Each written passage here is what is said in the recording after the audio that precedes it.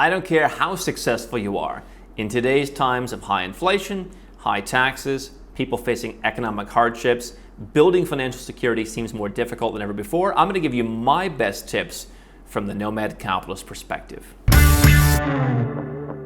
I would define financial security as knowing that no matter what happens, you will be able to pay your bills and face any threats in front of you. I don't just mean pay your bills for the water bill or buy food.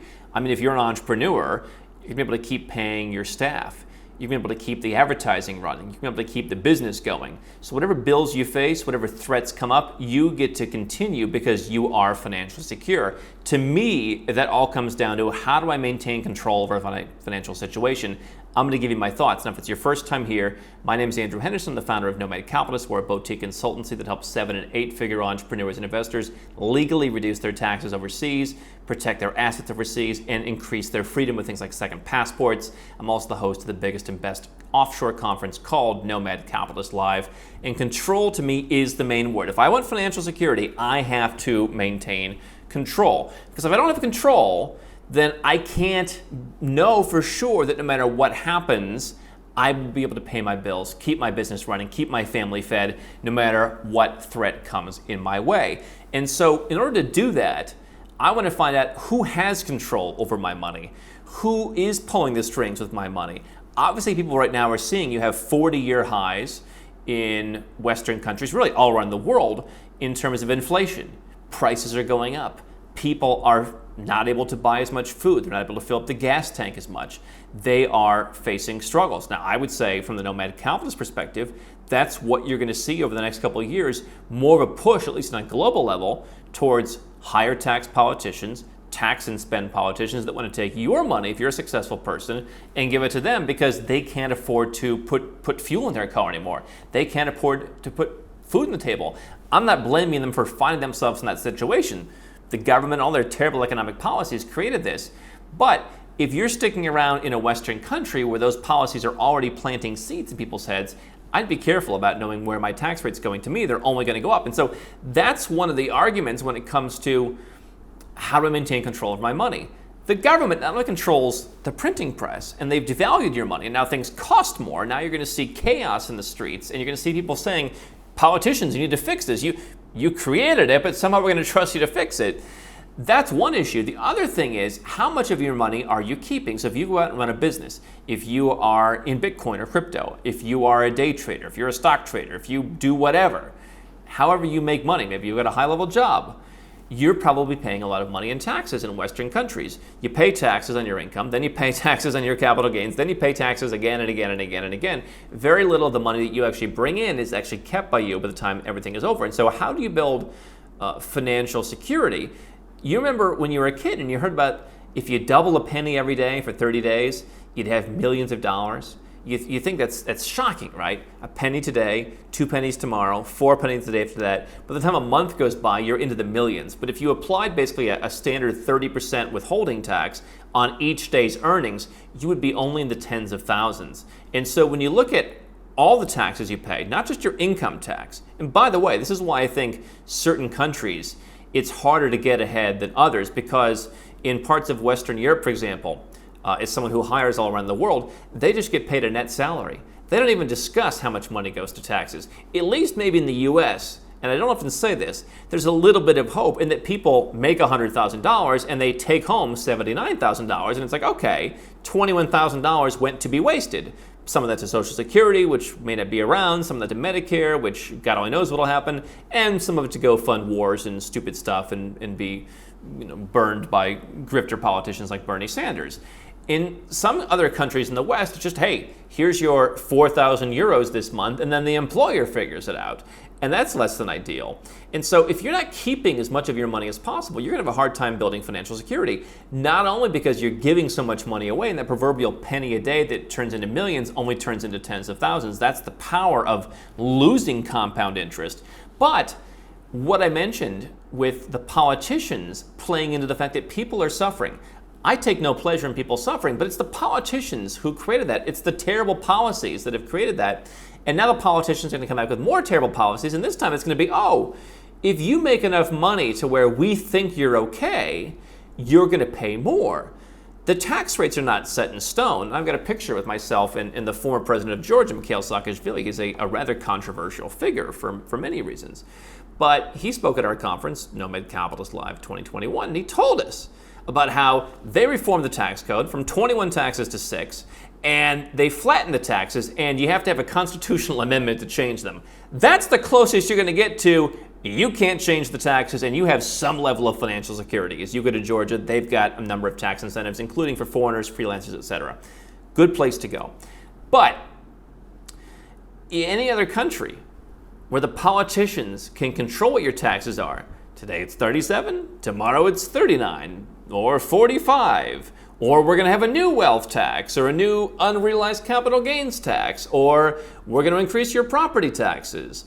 We're going to increase payroll taxes. We have an exemption that's been there for a while. We're going to remove that, or we're going to lower the exemption, or we're going to apply a higher threshold for the alternative minimum tax. I mean, there's so many ways they can get you.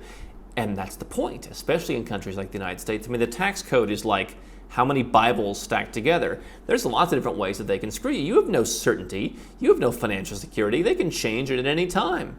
And that brings me to the next point is how much are you actually in control of whatever money you're left with, which can change at any time. Let's talk about the first thing, retirement accounts like IRAs. That's what they call it in the US. Other countries have different plans with a super, RSP, ISA, whatever. How much control do you have over your money in a retirement account? If you put your money into a government retirement account, they set the rules. You can't take it out until a certain point. There are certain conditions perhaps when you take it out. In some countries, how much can you take it at once? And then, by the way, in many cases, they're going to tax that money. You're basically betting by putting money into an IRA in the United States that tax rates are going to go down, not up. Why? Because of this faulty notion from financial advisors that your income should go down in retirement, as if your goal after 40 years of working is that you're going to have less money at the end. You know what my goal is after 40 years? I want less. I don't want less, I want more. So my tax bracket would go up even if nothing changed, because I would like to save and invest well enough that 40 years from now, I'm going to have a higher income that I'm taking out of my business, for example, and I'm going to get to enjoy life. But on top of that, they get to raise the taxes. And what's the big trend right now in the West? The rich aren't paying enough. But when you have almost 2/3 of Americans that don't pay any income tax, when you have people, the average net worth in some countries is mere thousands of dollars, what is rich? If you have any money at all, if you've saved, if you've made good financial decisions, if you didn't take out student loans that you now can't repay, whatever you want to define it, if you have more money than the average person, you're going to be deemed rich and they're going to raise your taxes, especially on things like retirement accounts, which you say, oh, that's a great idea. Now, I'm not your financial advisor and I'm not giving you financial advice, but for me, I never invested in a retirement account because I didn't want to lose the control over that money. Even something like in the US, a Roth IRA, okay, you can take that money out, you pay the tax now, it comes out tax-free. By the way, who's to say they couldn't change that? Because in some countries they have. In some countries they borrowed from your account and said, oh, we'll pay it back later. And then they didn't. Or they said, oh, you've got to put your money into this investment. Who's to say that if you put your money into a Roth IRA, they couldn't at some point say, you know what, this is the biggest untapped pool of wealth that exists in the United States today, and we're out of pools to tap. So you need to buy treasuries, and we're going to use that to prop up ourselves at your expense. Sell all this stuff. Big correction in the stock market. No, just an idea. I'm not saying it's going to happen, but when they're in control of the rules and they can change the rules at any time and they owe you no accountability other than you voted for them, you don't have financial security. I would much rather be living overseas in a place where I don't have the tax issues of investments, either living in a country where they don't tax capital gains, dividends, etc., or being in a place where all my income is tax-free and I just get to invest it how I want. That to me is a lot more stable than putting my money into an IRA. Now, I'm talking to entrepreneurs and investors. I'm not talking to the average person. And so, again, not financial advice, but I personally don't think that your money is under your control. If it's in some account where they can change the rules at any time, you can't access it, there's penalties for accessing it. I want control over my money. I want financial security. The other thing is, if you have all your money in one country, look at what happened in Canada. They can freeze your accounts. Look at what happens in the US all the time. They do civil asset forfeiture. Sure, sometimes they get the right people, and sometimes they don't. And the fact that it hasn't happened to you yet doesn't mean it won't, right? People are very quick to say, oh, you're an idiot, you invested in Cambodia, well, that's a stupid decision. Yeah, it's like less than 1% of my net worth, and if it went away, I wouldn't miss it. And you know what? I think that there's actually less risk of anybody in Cambodia, where I don't live, I'm not there bothering anybody. I don't think they want to bother me because they're trying to bring in more and more investors, especially from China. I think the risk of me losing that tiny percent of my portfolio is lower than the percentage that you, living in a country where your money is, maybe you do something wrong. Maybe you tick off the wrong person. Maybe something happens. Maybe they come to your burrito stand one day and they're like, why do you have so much cash? Or maybe they stop you on the street. Oh, what's going on over here? I think, quite frankly, that's a higher risk. And you've seen that in countries like Canada, where they froze your bank accounts because you donated to a protest. Now, you can agree with the protest or not, but the idea that someone who gave to a protest has their accounts frozen like they're Osama bin Laden, like some barber in Ottawa, Canada, is now a criminal mastermind. And that seems a little bit much, right? Look at Cyprus, where they bailed in your money. If your money is all in one country, they can make up whatever rule they want. Hey, our banks are screwed. You know what? We're taking 10% of your money. They're bringing in bail-in rules like that. Countries like Australia have done that, right? If you bank in the United States, your country has seen more bank failures than like every other country combined, practically. Go back and look over the last 10 to 15 years, more bank failures there. How many bank failures in Singapore? Like none. How many bank failures in Austria?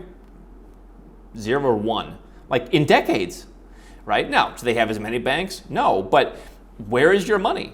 All right. And by the way, if you put your money in the biggest super banks that are too big to fail, you think that stuff couldn't happen there? You think there couldn't be a bail-in? You think that something couldn't happen? Why would you want one jurisdiction to control all of your money?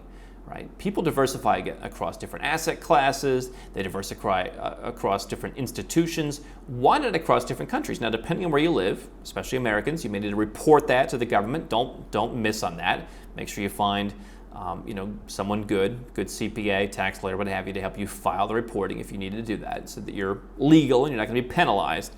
But if you had accounts in different countries, it'd be harder for someone to freeze that. It'd be harder to say all your money's bailed in. I want to be diversified to know I'm in control. Just as, if Cambodia fails, which so far I've gotten a very good return. Sure, that could stop just as anywhere else could, but you know what? They haven't had a recession in like 3 decades. The yield has been better than what I would get from many similar projects. The appreciation has been very strong. I think it could be stronger.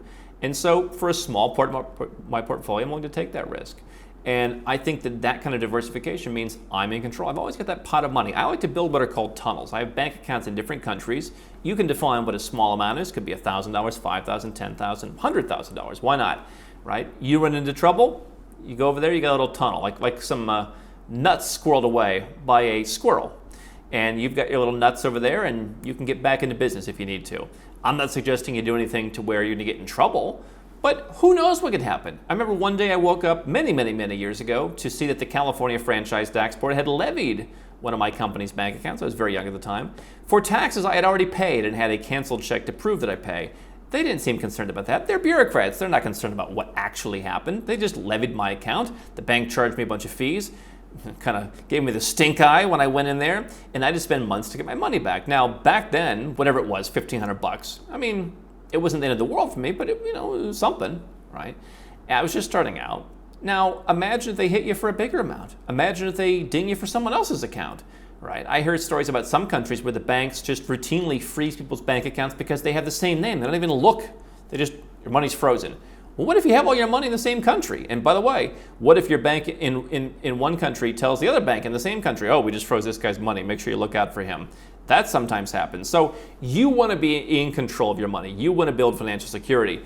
I mean, how many people right now are invested in precious metals, are invested in Bitcoin or cryptocurrency, and they're saying, hey, I want to be out of the system. I want to hold it in my hands. I'm putting it in the safe. I'm putting it in a ledger and sticking it in a flower pot somewhere. But they still have no geographical diversification. To me, that means they're not in control. Maybe you can take some gold coins with you, you can put a ledger in the pocket, whatever you want to do. I want to have assets in different jurisdictions. I want to have some that are growing, some that are stable. I want to have the whole kind of diversification. To me, that's financial security, is knowing that no one entity can come and screw with me. Now, I'm going to play by the rules because I am the goody two-shoes of the offshore business. I'm going to play by the rules. If I don't like the rules, I'm going to leave that jurisdiction legally and thoroughly to make sure they don't have any control over me anymore, and I'm going to build my financial security. But I will follow the rules of where I'm operating, where I live, and where my money lives, which, by the way, oftentimes I think should be 2 separate places. Leads to a lot more flexibility.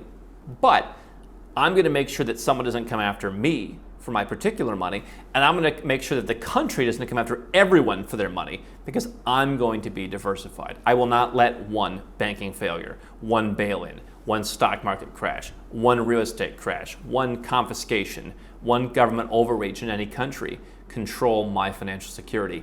That is the key. Multi-jurisdictional, multi-asset class, having a strategy that's legal, that's ethical, and spans the world to get real financial security that almost nobody, including some of the wealthiest people in the world, don't have.